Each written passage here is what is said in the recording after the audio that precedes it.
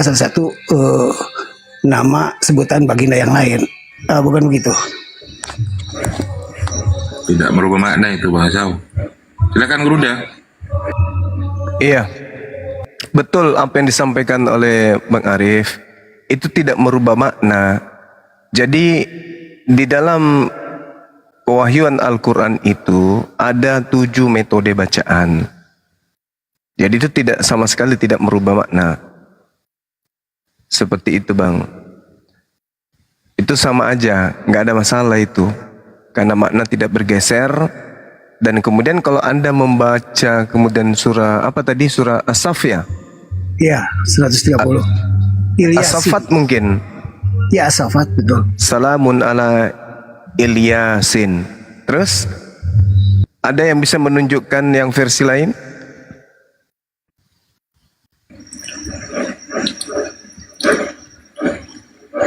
Bang Esau. Kirwati siapa itu Bang Esau? Anda paham itu ya? Ada yang bilang wadduha, wadduhe. Wadduhe. Ya. Itu sama dengan itu Bang Esau ya.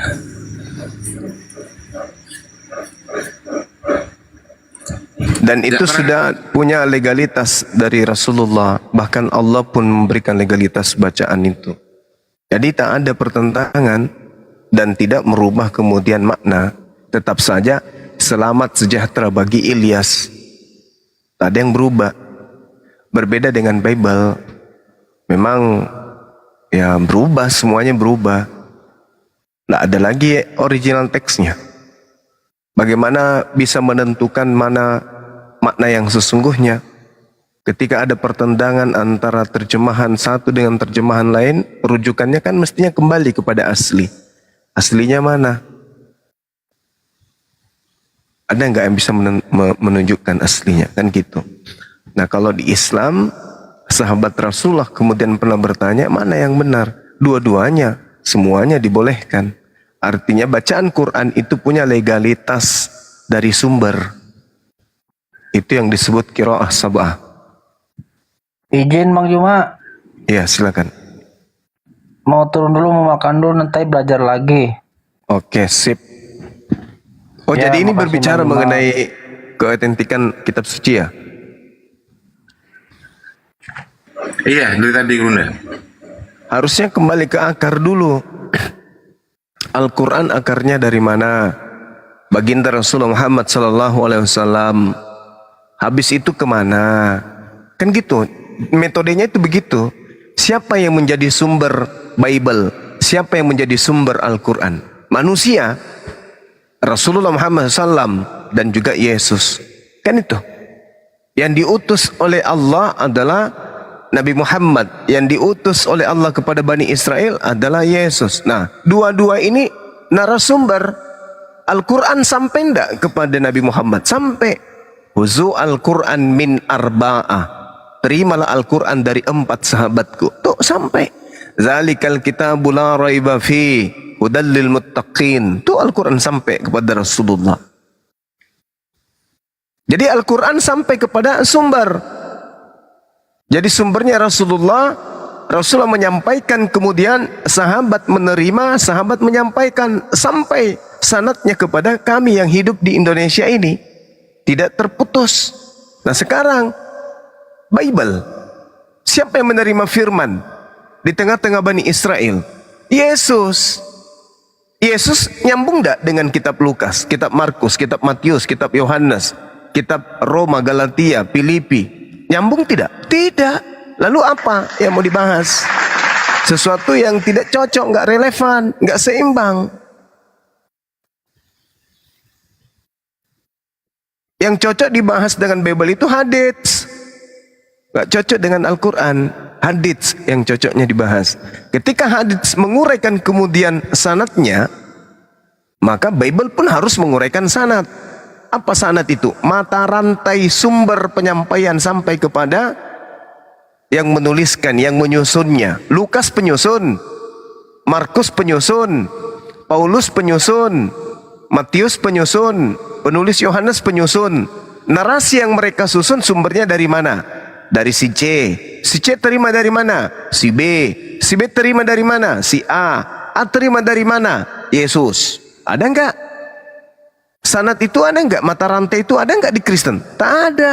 Satu-satunya kitab suci yang punya sanad mata rantai cuma Al-Quran dan hadits. Selebihnya tidak ada. Seketika muncul, sama seperti Lukas misalnya, Theophilus yang mulia. Siapa pula Theophilus ini menurut Yesus? Itu dulu. Siapa Theophilus menurut Yesus? Ada enggak pemberitaan dari Yesus tentang Theophilus? Enggak ada.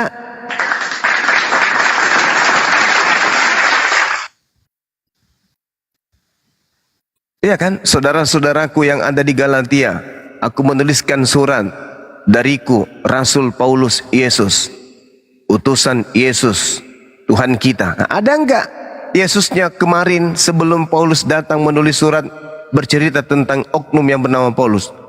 Dek nara. Lalu apa yang mau dibahas? Kalau berbicara mengenai keautentikan kitab suci, apanya yang mau dibahas? Harus bersumber kepada sumber. Yesus sumber. Dia diutus untuk menyampaikan firman. Bukan Lukas, bukan Markus yang diutus, bukan Matius, bukan Yohanes. Yang diutus menyampaikan firman di tengah-tengah Bani Israel, yaitu Yesus Isa alaihi salam. Maka kitab yang dipegang hari ini oleh saudara-saudara Kristen, harus Kristen pertanggungjawabkan sanadnya. Mata rantai penyampaian dari mulutnya Yesus ke kupingnya siapa?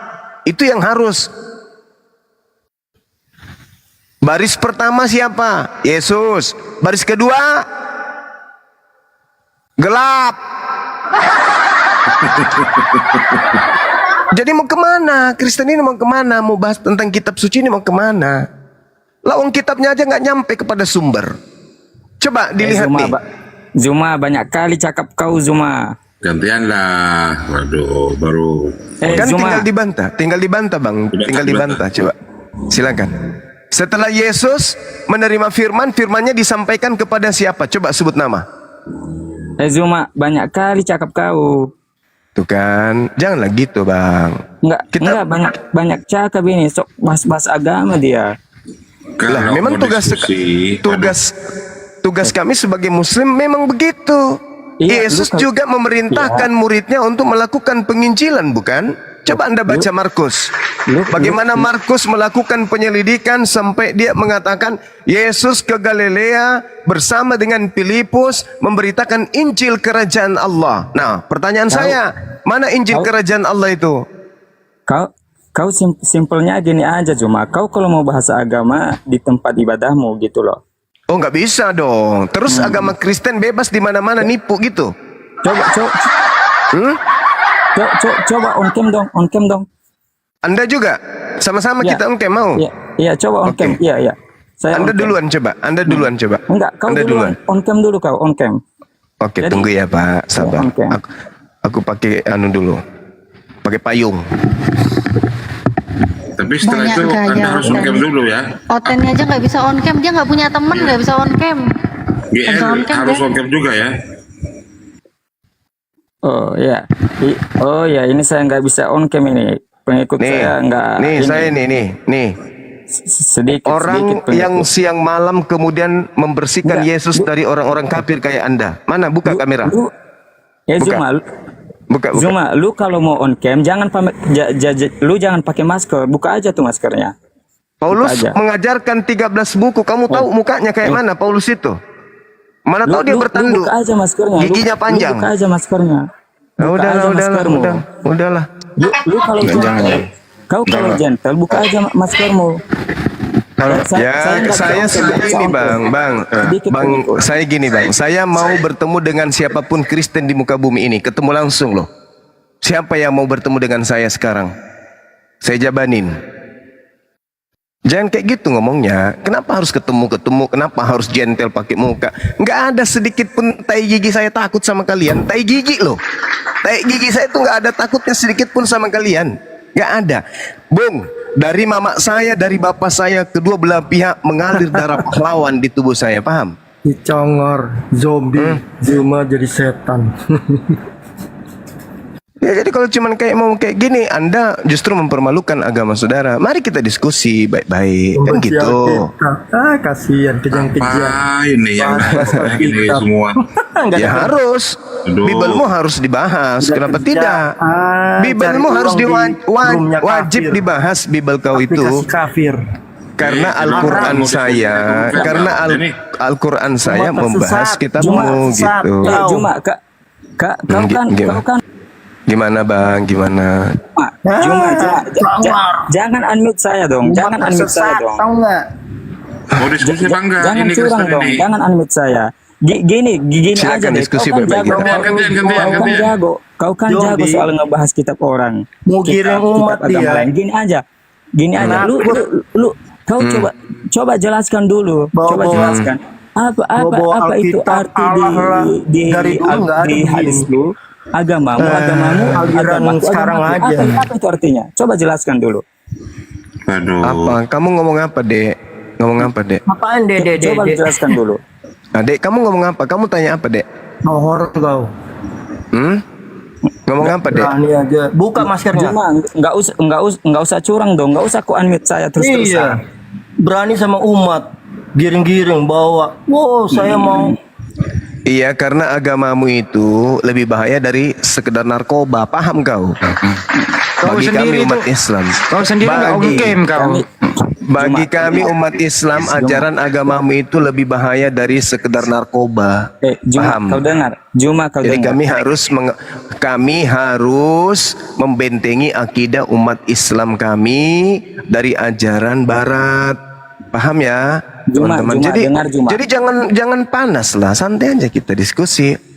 Bagi kami umat Islam, agama Anda itu lebih bahaya dari sekedar narkoba. Bagi kami Muslim, bagi akidah kami, paham itu?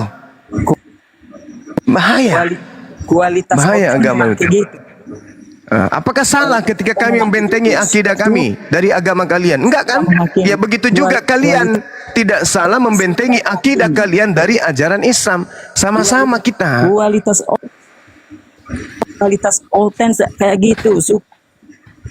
Santai aja napa, diskusi baik-baik, angkat materi. Itu kan saya di Iya karena kau cuma curhat kayak nenek-nenek. Ngapain kau curhat nenek-nenek di sini? Buka masker, buka masker. Paulus kau tahu mukanya rupanya? Hah? Dia mendoktrin kamu 13 kitab. Kau tidak tahu siapa dia, bapaknya pun kau tak tahu. Siapa nama emaknya Paulus? Siapa nama bapaknya? Mana sejarah hidupnya Paulus? Mana mukanya? Mana fotonya? Tapi kau telan bukunya, kau telan kitabnya. Sampai otakmu nggak berfungsi. Manusia pun kau tuhankan, mayat pun keluar dari kubur kau tuhankan karena dia. Kau tahu siapa Paulus itu rupanya? Tidak kan? Lalu kenapa kau minta muka saya? Kalau saya buka muka, takutnya istrimu nanti selingkuh lagi dong. Jatuh cinta istrimu sebentar sama aku, gitu loh. Jadi nggak usah buka muka. Yang pasti pantatku lebih bagus dari mukamu, itu aja.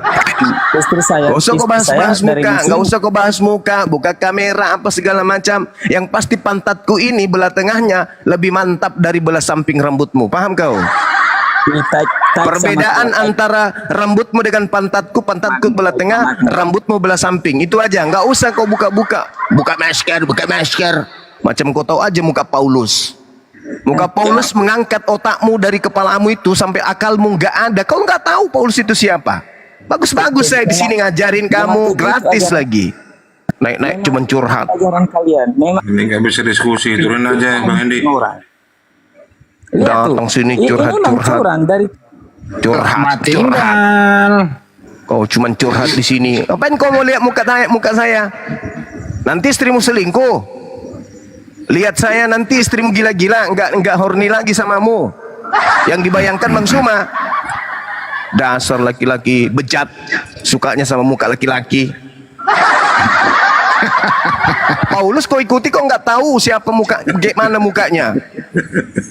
13 kitabnya kau telan mentah-mentah, kau nggak tahu mukanya. Paulus, buka mukamu. Kau ngajarkan Tuhan, manusia keluar dari kubur itu Tuhan. Buka mukamu, pingin aku tahu siapa kau. Siapa nama bapakmu, siapa nama emakmu.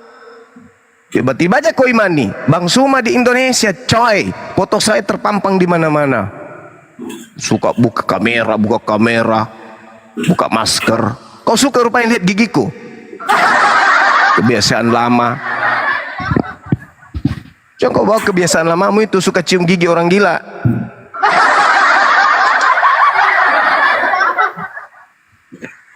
Baiknya aku ajarin, saya santun, ayo Mang kita diskusi baik-baik. Yang kau ajarin kita kasar. Nggak adanya takutnya aku sama kau. Ku tanya samamu ya, belum lahir manusia yang bisa nakutin saya. Camkan itu baik-baik. Belum lahir manusia yang bisa nakut-nakuti Bang Suma. Paham kau? Belum. Belum lahir. Belum ada di muka bumi ini yang bisa nakut-nakutin saya. Apalagi kalau cuma pemakan babi, pemakan anjing. Bagiku kau hanya remah-remah, paham kau? Masih bagus kau hidup di Indonesia ini. Tentram, damai, sejahtera di tengah-tengah kami. Jangan pula kau cari masalah pribadi kau bahas-bahas.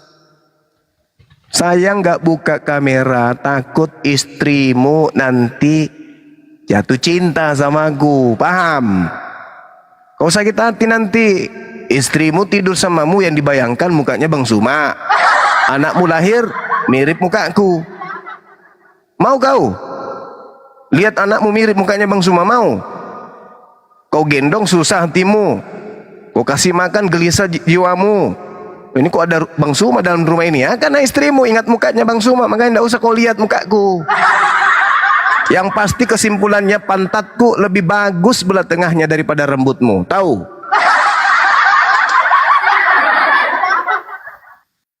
Masih mau kau datang besok? Ada-ada aja nih katanya nih. Naik nggak punya, naik curhat. Aduh, salah tempat curhat di sini bro. Naik diskusi lah. Ayo, siapa yang mau diskusi nih? Yang baru naik, ayo. Sebentar. Roma duduk. Islam apa Kristen? Roma. Staf saya itu Bang, belasan itu mengundurkan diri gara-gara kumaki di kantor. Paham kalian? Jangan sampai kau yang terakhir.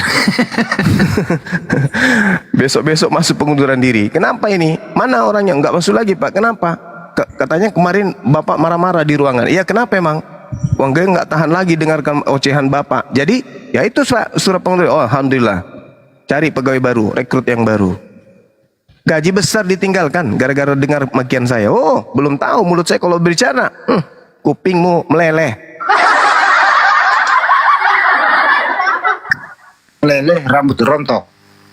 Saya bicara. Ya, silakan Bang, silakan. Jangan Ya, mau mau lihat muka saya Bang ya. Mau diskusi Bang Andi? Santai kamu brother. Ya. Enggak Roma ini saya turunkan kalau tidak bukan Islam, kalau bukan Kristen. Roma, kamu TPK-nya tadi Turunin aja. enggak, masalahnya, woi kirimkan koin ke Suma gitu. Ya udah turunin aja. Ngapain sih lo? Ini orang ini Muslim kita, Muslim yang ngasih koin, kenapa dia yang emosi ya? Iya ya. Kenapa sih? Sirik amat sih jadi orang, kenapa lu nggak mau bahagia gitu lo? Adi, Ini Bang udah Adi lo menguasai, lo mau topik apa malam ini diskusi? Topik apa? mau kosong brother. Topik apa? Ini cuma ya. Topik apa? Dengerin dulu gua. Topik apa yang mau kuasai?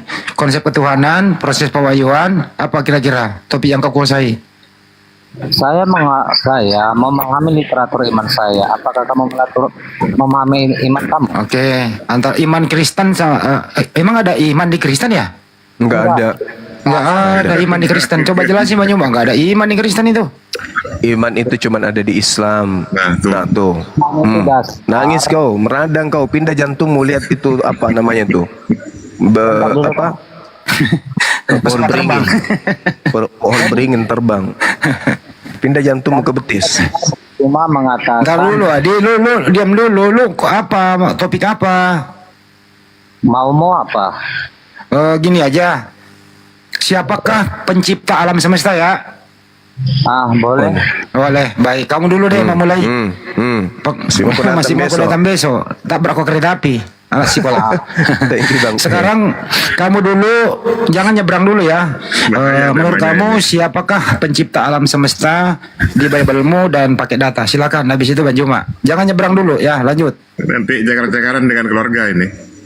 Di dalam di dalam Yohanes Lihat. Oh, TV. Thank you, syukran. segala sesuatu telah diciptakan oleh Dia ataupun ya benar lah. Benar gak ya? Dia siapa? Yaitu adalah Yesus Kristus atau Tuhan saya. Nenekmu kiper, Tuhanmu Yesus itu nanti di data 14-nya baru datang. Yohanes 1 nomor 3 itu yang menciptakan itu adalah Allah bersama dengan firman-Nya. Yesus nanti jadi daging baru ada Yesus. Para kali. Coba kau baca Yohanes 1. Firman itu telah menjadi apa? Enharker, enhologos, artinya Enharker. Enggak usah Yunani, enggak usah. Bahasa Indonesia aja. Warnes gede. kan di situ kan pada mulanya. Pada mulanya adalah firman. Firman itu bersama-sama dengan Allah. Yang bersama dengan Allah ini manusia atau firman? Di situ ya Tuhan itu sendiri, Elohim itu betul. sendiri. Nah, pintar. Elohim bersatu dengan apanya? Bersatu dengan daging manusia atau bersatu dengan sifat kalamnya, firmannya? Seluruhnya. Makanya dalam Lukas Ngomong apa ente? Jadi pada saat Yesus belum diciptakan sebagai manusia, Yesus sudah ada sebagai manusia gitu? tidak, karena kan Tidak, itu pintar. Berarti saudara harus Anda pahami yang bersama dengan Allah itu adalah sifatnya. Sifat Allah itu melekat pada diri Allah. Pada mulanya adalah firman, sifat melekat bersama dengan Allah. Sama seperti Anda pemurah, Anda baik. Nah, sifat baik ini melekat pada diri Anda, enggak jadi dua pribadi. Antar kebaikan Anda dengan Anda sendiri itu adalah satu hakikat. Nah, dari kemampu mana yang kamu gimana? katakan? Dari mana jalurnya yang kamu katakan? Saya sendiri aja pun linglung dengan iman kamu, brother. Ya, karena kamu itu punya iman, punya kepercayaan tidak berlandaskan akal. Memang linglung. Kamu ketika membahas tentang Islam pakai akal, membahas agamamu akal-akalan. Kan lucu. Kan lucu Saya kamu ini. Enggak, karena gini, brother. Saya udah mengkaji itu sampai gimana ya, susah lah menjelaskannya. Jadi kalau saya Apa itu? mengatakan, Kamu sudah mengkaji tapi susah menjelaskan. Apa yang kau kaji? jadi gini, brother. Dalam surah Apa yang kau Ibrahim, kaji?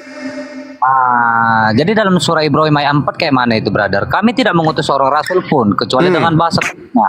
Ya, iya memang betul. Memang betul Iya. itu. Iya, Terus? maka Allah menyesatkan siapa yang dia Oh, betul. Benar. Benar itu. Benar itu. Berarti Iya. kamu mempercayai Allah Subhanahu wa taala Maha Penyesat.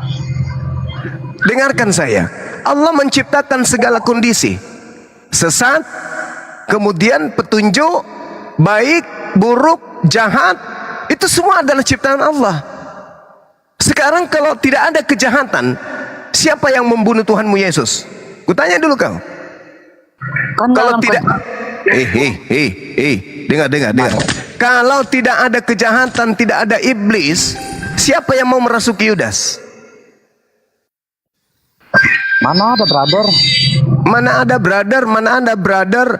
Yesus berkata Yohanes 6 nomor 70, bukankah aku yang telah mengutus engkau, memilih engkau yang 12, satu di antaramu iblis. Nah, kalau tidak ada iblis, siapa yang menyerahkan Yesus di atas tiang salib untuk kau tuhankan? Siapa? Jadi berterima kasihlah kepada iblis, karena Tuhan telah menciptakannya sehingga kamu kemudian menerima tumbal di atas pohon yang kau sembah hari ini. Gitu cara mikirnya. Jadi cobalah saudara. Cobalah dulu saudara, kamu santai Ya, dulu. silakan. Jangan kita tadi tentang tumbal.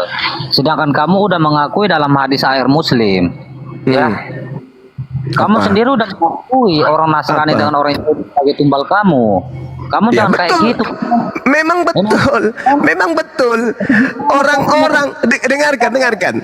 Allah menciptakan sabar. Allah menciptakan manusia itu include dengan surga, include dengan neraka. Kamu punya sisi surga. Tuhan itu adil. Begitu Tuhan menciptakanmu, kau disiapkan kemudian telaga di surga dan juga disiapkan kemudian lembah di neraka untukmu. Itu udah pasti tuh. Kamu tinggal milih, kamu mau ke surga atau mau ke neraka. Karena kau manusia kafir, kau laknat di hadapan Tuhan pencipta kita, maka kamu masuk ke neraka. Nah, neraka kami kosong, kamulah isi di sana. Neraka yang dipersiapkan untuk seluruh manusia itu tidak dipakai oleh umat Islam. Neraka yang dibuat sebagai kapling kami oleh Tuhan kami itu kosong, kamulah yang ngisi. Nah, masuklah ke situ kau, celup-celup dirimu di dalam. Siapa suruh kau kafir? Kan Aku begitu. paham. Oh. Jadi kamu tidak mempercayai Elohim yang menebus kamu dan kamu lebih mempercayai Apa pula ditebus? Lu pikir gue pegadaian apa? Jadi Hendy Celebes banyak mengkaji agamamu ya. Paham kan Hendy Celebes? Hendy Celebes pula. Ini aku nih, Bang Suma. Bang Suma nih, aku Bang Suma. Error pula rupanya kau. Saudara, aku tanya samamu. Tanya samamu ya. Domba yang dijadikan korban Yahudi itu matinya disalib atau disembelih? Disembelih dalam Yesus 63 disembelih. ayat. Udahlah, aku udah tahu itu. Disembelih kan? Nah, salib bagi Yahudi itu hukuman untuk siapa? Untuk orang yang melakukan kejahatan. Tak ada digunakan untuk nebus dosa. Di situ kan pada masa di Herodes kan mengakui bahwa dia tidak menemukan pun kesalahan dari Yesus Kristus atau Tuhan saya. Bukan. Yang saya tanya di sini, orang Yahudi nebus dosa pakai kambing domba kan? Disalib enggak? Enggak. Domba kan? Enggak. Disembelih. Disalib enggak? Disembelih, benar. Bagi Yahudi orang yang disalib itu orang apa bagi Yahudi? Bagi kamu sendiri, agama Islam sendiri gimana? Masa orang Yahudi... Jangan dulu, karena kami tidak ada salib. Kami enggak menyalib orang. Yang saya tanya di agama Yahudi. Agama Yahudi orang yang disalib itu adalah siapa? Orang yang disalib, selamanya orang disalib bagi Yahudi itu orang apa? Orang benar atau orang salah? Ayo. Lanjut aja lah Bang, lanjut. Saya kerja dulu ya. Nanti saya datang ke situ. Ya, jadi kamu harus pahami bahwa tidak ada satupun penebus dosa bagi orang Yahudi itu disalib, tak ada. Semuanya disembelih. Harusnya kalau Anda mau menjadikan Yesus sebagai penebus dosa, selayaknya kemudian orang Yahudi jangan disalib, tapi di apa? Di apa? Beli dong, Paman. Ya, disembelih.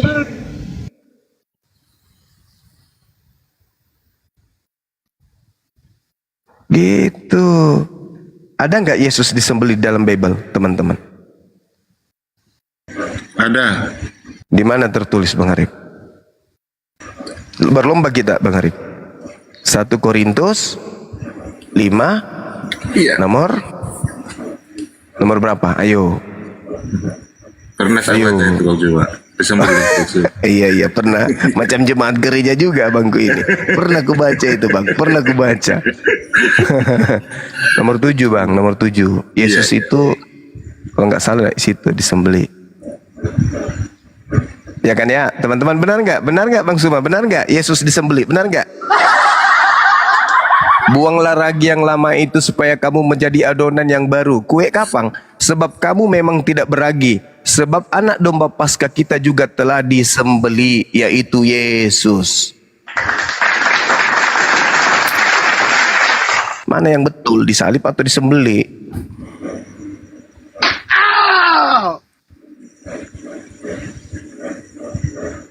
Ayo, jangan ini kawan, jangan, nggak usah kita nyerang-nyerang pribadi. Kita bukan nenek-nenek, emak-emak di sini, nggak usah.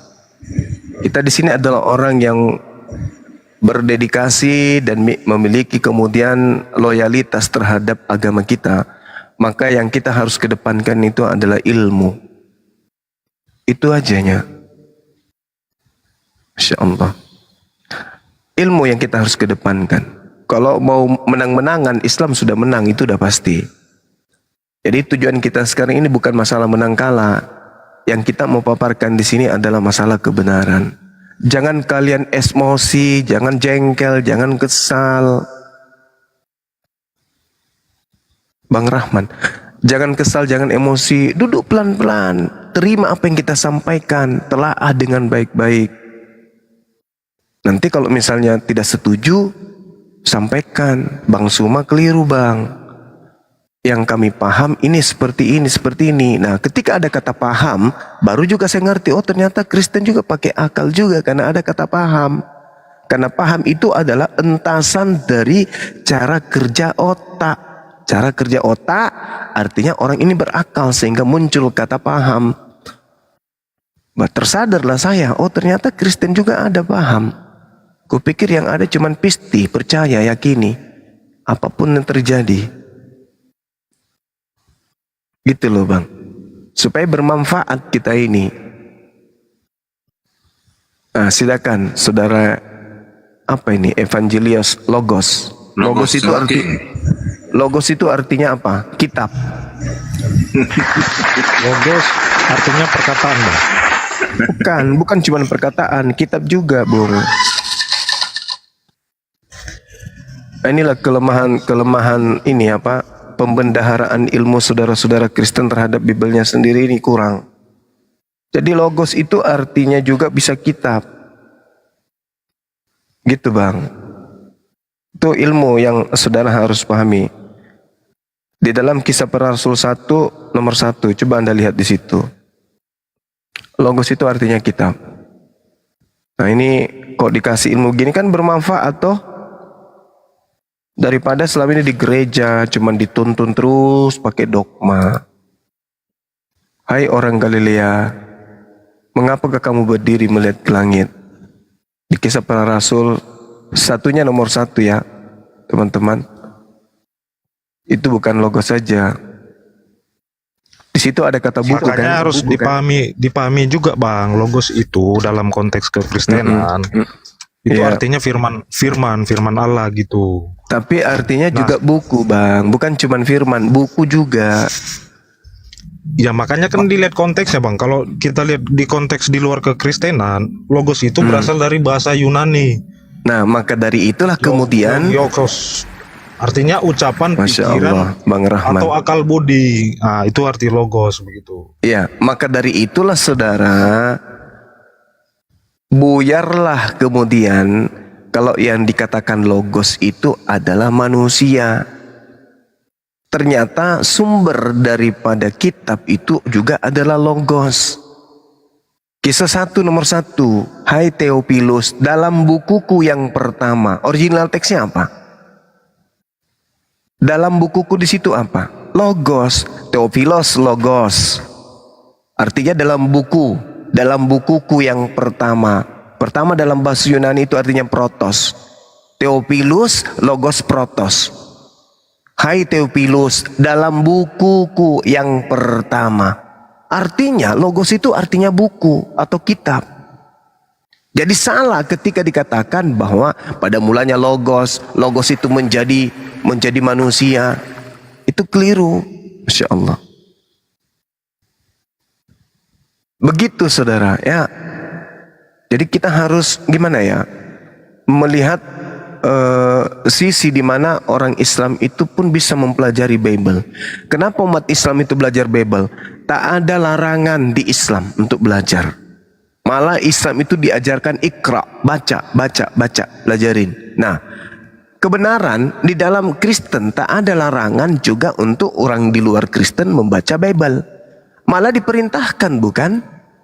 Beritakanlah Injil kepada seluruh makhluk. Nah yang Anda katakan Injil itu Bible. Maka Bible ketika datang Anda beritakan, kami kaji, kami terima. Tunggu ya bang, kami kaji dulu ya. Nah setelah kami kaji, rupa-rupanya kami lebih paham. Kenapa lebih paham? Sederhana. Standarisasi Islam dalam memahami Bible akal. Standarisasi Kristen dalam menerima Bible dogma. Sesuatu yang sudah menjadi ketetapan, ketentuan, tidak boleh dibantah. Salah tidaknya percaya saja, itu dogma. Kalau di Islam enggak. Begitu Al-Quran datang, kami tidak menerima begitu saja. Dari kecil kami belajar untuk mengkutui Al-Quran itu. Alif, ba, ta, sa, sampai kami dalami sampai ke akar-akarnya. Kami berfilsafat tentang Al-Quran. Kami berkalam. Artinya ketika kami belajar ilmu kalam, ilmu yang mempelajari sampai ke akar-akarnya tentang bacaan Quran, kami mendalami itu. Jadi tidak bisa orang Kristen itu menggoyahkan iman orang Islam yang paham Quran. Tidak bisa, berat. Karena itu sudah tertancap dari sejak kami kecil. Kenapa? Karena Islam itu sangat familiar, mendarah daging dengan kitabnya sendiri. Sedangkan saudara Kristen, kitab itu hanya dibuat sebagai aksesoris saja. Kami enggak. Kitab suci kami itu adalah darah daging kami. Al-Quran itu adalah napas kami. Kalau kalian kan enggak. Bible hanya sebagai aksesoris keagamaan saja. Ada enggak di antara orang Kristen atau pendeta yang paham Bible? Enggak ada. Kenapa enggak dipahami? Kenapa enggak kenapa enggak dihafal? Karena enggak ada cinta di situ. Orang yang cinta kepada sesuatu, dia akan menghafalkan. Sama seperti saya misalnya, saya suka dengan sebuah lagu, saya akan hafalkan lagu itu. Anda kalau suka kepada Bible, Anda pun punya kewajiban untuk menghafal Bible. Tapi karena Anda enggak suka, hanya aksesoris doang, ya lewat aja, begitu aja. Yang penting Yesus Tuhan, udah selesai, mati masuk surga, ya udah selesai. Kayak gitu aja kan? Pernah kalian didudukkan kemudian untuk mengkaji Bible? Gimana? Bukan seperti itu konsepnya, cukup percaya kepada Yesus Tuhan selesai, bukan seperti itu, Bang. Lalu selain itu apa di Kristen? Intinya dalam kekristenan itu, Bang, sebenarnya keselamatan itu begitu, Bang. Nah itu dia, itu yang kubilang kan. Yang penting percaya saja selamat. Sedangkan bukan percaya, bukan hanya percaya, Bang. Begini, Bang. Lalu selain itu apa? Ini karya penyelamatan itu sebenarnya kan dari karya dari Allah gitu. Alia. Jadi iya tahu. Tapi poin daripada konsep keselamatan itu artinya bukan berarti kita bebas untuk melakukan dosa, begitu, Bang, artinya, Bang. Bukan itu masalahnya, bukan. Anda salah ramu pemahaman, kerangka berpikirnya tidak sampai kepada titik poin yang menjadi instruksi Bible. Kan yang harus dipercaya Yesus kan? Iya kan? Sama seperti ketika ada instruksi warga negara Indonesia harus percaya kepada Prabowo. Maka apa yang terjadi? Ketika kita diperintahkan, diinstruksikan percaya kepada Bapak Prabowo, maka yang kita percaya itu apa? Instruksi, aturan-aturan main yang langsung terlontar dari beliau. Nah sekarang kalau Anda mengatakan Anda percaya kepada Yesus, instruksinya apa? Yang Anda praktekkan apa? Nggak sinkron. Jika kau percaya kepadaku, kata Yesus, engkau akan melakukan semua pekerjaan yang aku lakukan. Nah, mana coba buktikan. Buktikan dalam kehidupan keagamaan Anda. Buktikan. Apa yang Anda lakukan banyak Juma. Apa yang Anda lakukan yang satu not, satu irama, satu gelombang, satu gerakan dengan Yesus. Apa yang Anda lakukan? Ada. Apanya? Yang mana di Kristen yang Anda lakukan? Banyak. Contoh. Yesus sunat. Contoh. Kristen? Halo. Sunat itu nggak membawa keselamatan. Nah, itulah yang saya katakan. Lain daripada narasi, lain instruksi, lain yang kalian lakukan, kawan. Inilah yang menjadi permasalahan. Makanya Yesus mengusir.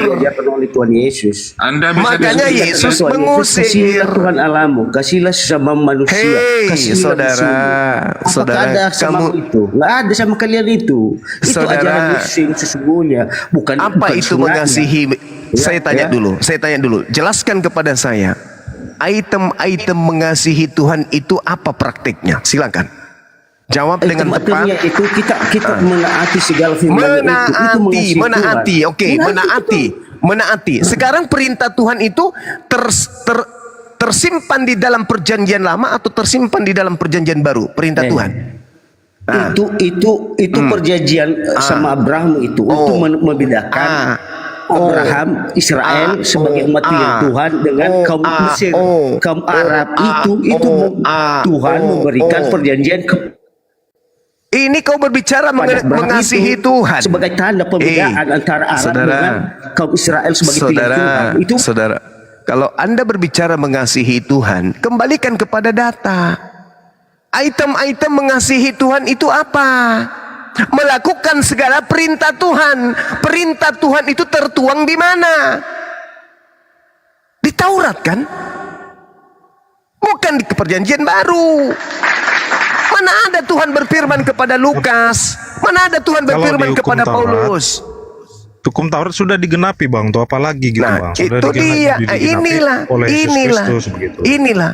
Menurut saudara, menggenapi atau digenapi itu, atau digenapkan itu, atau kata genap itu menghilangkan atau menyempurnakan? 9 digenapi menjadi 10 itu dikurangi atau ditambahkan? Tidak ada yang dikurangi dan tidak ada yang ditambahkan gitu bang. Kalau begitu kenapa orang Kristen menambahkan perjanjian baru? Bukankah Tuhan mengatakan dalam Ulangan 4, jangan kau menambahkan, jangan kau mengurangi? Kenapa harus ada surat-surat Paulus? Kenapa?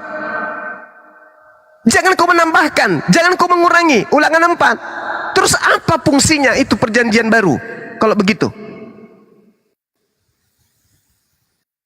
Dan siapa yang mengatakan kitab kalian itu perjanjian baru? Siapa yang mengatakan? Siapa yang kasih label perjanjian baru kitab Anda itu siapa?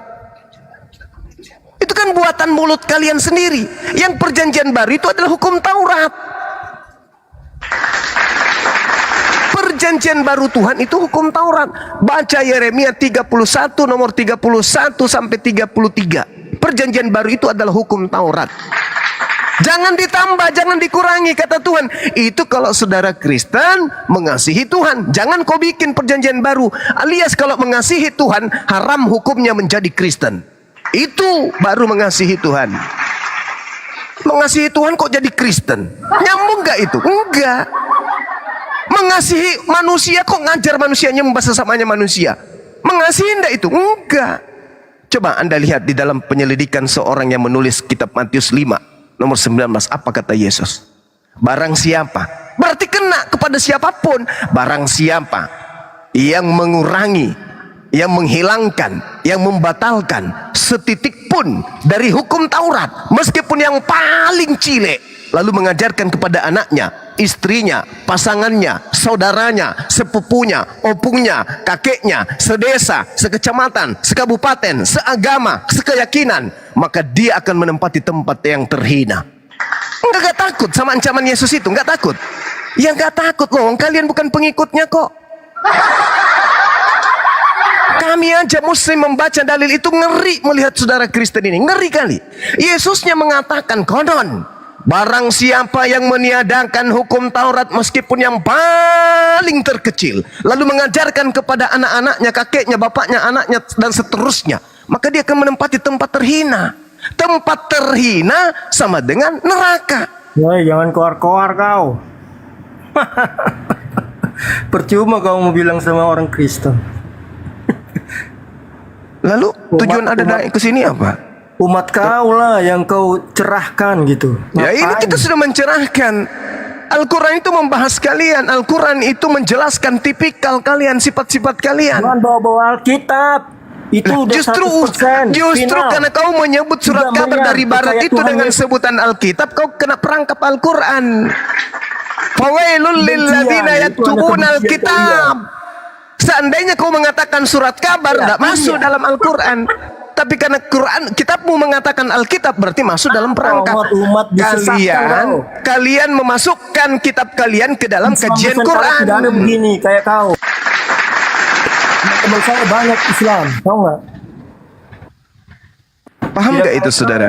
Kalau kau mengakui kitabmu itu Bible, maka kamu tidak masuk dalam Al-Quran, kan gitu. Tapi karena kau mengatakan kitabmu Alkitab, berarti masuk ke dalam zona Al-Quran.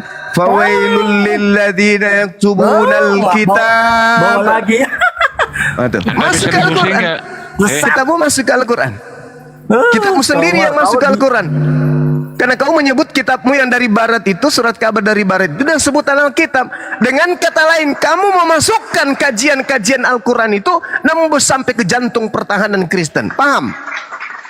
Siapa suruh lu main-main dengan Al-Quran? Lu sendiri yang mau kan? Ketika kamu berbicara mengenai Alkitab, maka Al-Quran datang menyemes kepala kalian. Tendangan putar tanpa bayangan. Itu dari Quran tuh. Fawailul lilladzina yaktubuna alkitaba biaidihim thumma yaquluna hadza min indillah liyashtaru bihi thamanan qalila. Coba Anda menyebutkan tabablia atau biblos atau biblika, enggak masuk di sini. Celakalah orang yang menuliskan sebuah Alkitab dengan tangannya sendiri. Tuh, kena kau kan? Jadi kalau Anda tidak ingin dibahas kitabnya, jangan lagi menyebutnya Alkitab. Karena Al-Quran menyebut kata Alkitab, sementara original teks kitabmu itu tidak ada kata Alkitab. Siapa suruh? Masih mau kau datang besok? Ayolah saudara-saudara Kristen, hadirkan pendeta-pendeta kalian tuh, yang kalian setiap bulan bayar 10%. Hadirkan di sini. Bang Suma bisa mengikuti irama mereka berdiskusi. Silakan. Saya mau bertanya, Bang. Ya, Fi dari Kristen apa Muslim? Iya, saya Kristen, Bang. Dari Katolik? Dari kemarin. Dari Katolik ya, Bang. Katolik apa Protestan? Katolik, Bang. Apa yang mau ditanyakan, Fi? Saya begini, Bang. Saya pernah berdiskusi sama teman saya seagama Kristen. Saya pernah belajar melihat di kitab saya di Alkitab di Nehemia ayat 8 nomor 7. Itu kitabnya Yahudi itu, Bang. Iya, Bang, di Nehemia 8 ayat 7.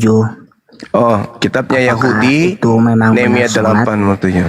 Apakah itu sholat benar, Bang? Yes. Atau apa? Betul. Benar. Itu betul itu. Karena kenapa dikatakan muka sampai ke tanah? Ya kan? Mengangkat tangan, lalu berlutut, lalu apa? Bersujud. Itu sholat tuh. Itu sholat. Jangankan Nehemia, Yesus aja pun itu diperintahkan sholat. Nabi-nabi yang lain pun itu diperintahkan sholat oleh Allah. Semua para nabi ketika diutus, mereka diperintahkan sholat oleh Allah. Allah subhanahu wa ta'ala menjelaskan dalam Al-Quran surah Al-Ma'idah. Datanya akurat, masih suci sampai hari ini. Walaqad ahazallahu mithaqa bani Israel wa ba'athna minhum 12 naqiban wa qala Allahu inni ma'akum la in aqamtumus shalah. Tuh perintah salat kepada Bani Israel. Jadi kalau Anda membawa Nehemia 8 nomor 7, mereka memang salat. Yesus salat. Matius 26 nomor 39. Gitu, saudara. Jadi seluruh nabi itu salat. Bukan seperti yang Anda praktekkan di gereja. Mereka salat. Iya, Bang. Dan saya bertanya